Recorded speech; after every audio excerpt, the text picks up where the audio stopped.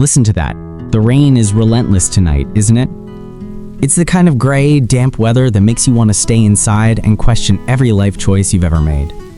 We like to think we're sophisticated, modern creatures shielded by our fiber optic cables and 5G networks. But at our core, we're still just easily fooled primates. We love a good story, we love a polished lie. And more than anything, we love the idea that the grass is greener on the other side, even when that grass is actually 3 kilometers of solid prehistoric ice. Think about your last vacation. You probably booked it because of a filtered Instagram photo or a glowing review that neglected to mention the mosquitoes. We call it marketing now.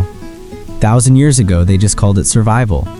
Somewhere around the year 982, a man with a very red beard and a very short temper realized that if you want to sell a frozen wasteland to a bunch of tired farmers, you don't tell them the truth. You give them a brand. You give them a dream. You give them Greenland.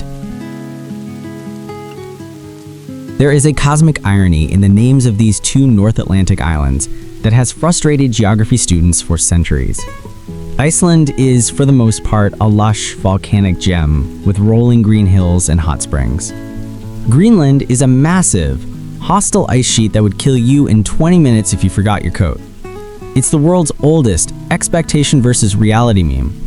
And it all started because one man was too problematic for his own neighbors to keep around. Let's talk about Erik Thorvaldsson, better known as Erik the Red. He wasn't called the Red because of a charming personality or a penchant for sunset paintings. It was likely his hair, and almost certainly his temper. Erik was a man who found it incredibly difficult to stop killing his neighbors.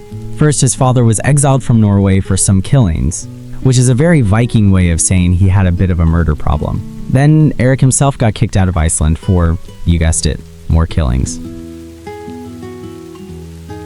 Imagine being so annoying that the Vikings, a culture not exactly known for their pacifism, tell you to leave. Hey Erik, we love the enthusiasm, but could you maybe go be violent somewhere else, like anywhere else? So Erik hopped in a boat and sailed west into the unknown. He wasn't looking for a new world. He was looking for a place where no one could serve him a restraining order. He spent 3 years wandering the coast of a massive, frozen landmass. During his 3 years of forced solitude, Erik explored the fjords of this new territory. He found a few patches of green in the southwest, enough to support a sheep or two if the sheep were feeling particularly optimistic. But mostly, he found ice, endless, blinding, soul-crushing ice. Most people would have looked at this and thought, well, this is a terrible place to live. But Erik was an entrepreneur. He realized he couldn't stay there alone forever. He needed a workforce, he needed a community, he needed a lie.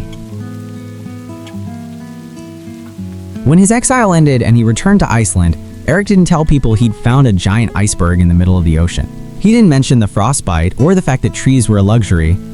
No, he told them he had discovered Greenland. Greenland. It's a stroke of genius, really. It sounds lush. It sounds fertile. It sounds like a place where you can finally escape the crowded fjords of Iceland. It was the first limited time offer in human history, and people jumped at it. In 985, Erik set sail again. This time, he wasn't alone. He led a fleet of 25 ships filled with settlers, livestock, and enough hope to fill a longship. Only 14 of those ships actually made it. The North Atlantic is a cruel mistress who doesn't care about your branding strategy. These people left their relatively stable lives in Iceland because they believed the brochure. They arrived to find a land that was green in the same way a desert is sandy. Technically true in spots, but mostly a lie. Can you imagine the look on those settlers' faces when the fog cleared? They stepped off the boats, looked at the towering glaciers, and then looked back at Erik. I imagine Erik just stood there, stroking his red beard, saying something like, "Give it a minute, the sun hasn't hit the grass yet." It's the ultimate buyer's remorse. They had traded their homes for a frozen frontier based on a name. It's proof that humans have always been susceptible to a catchy title. But what about Iceland? Why does the Green Island have such a cold name? Legend says a Viking named Floki Vilgerðarsson gave it the name after a particularly rough winter where his livestock died, and he saw some ice floes in a fjord. He was grumpy, he was cold, and he wanted to warn everyone else to stay away. It was anti-marketing. Floki was the guy who leaves a 1-star review on Yelp because the service was slow, while Erik was the guy who buys 5,000 fake 5-star reviews for a restaurant that doesn't even serve food. Life in Greenland wasn't just sitting around being cold, it was a grind. They couldn't grow much grain, so they survived on seals, walruses, and hope. But they found a niche: walrus ivory. In medieval Europe, walrus ivory was the, quote, white gold of the elite. Erik's colony became a high-end luxury goods provider for the cathedrals and courts of Europe. They were living in a freezer, but they were selling the keys to the kingdom. Erik sat at the top of this frozen empire. He took the best land, the greenest bit, for himself at Brattahlid. He was the CEO of a startup that had no business succeeding, yet somehow it lasted for nearly 500 years. There's something deeply human about that. We will endure incredible hardship as long as we feel like we're part of something exclusive. Sure, I'm eating seal blubber for the 3rd year in a row, but at least I'm an original investor in Greenland. For a while, the Greenland name wasn't a total lie. During the medieval warm period, the climate was slightly more forgiving. It was still cold, but it was livable cold. But then, the Little Ice Age arrived in the 14th century. The temperatures dropped, the sea ice expanded, and the shipping lanes to Europe began to freeze over. The Greenland brand was finally facing a lawsuit from Mother Nature herself, and there was no legal team big enough to stop it. By the 15th century, the Norse colonies in Greenland simply vanished. When a Danish ship arrived in the 1700s to re-establish contact, they found empty stone churches and abandoned farms. Did they die of hunger? Did they leave?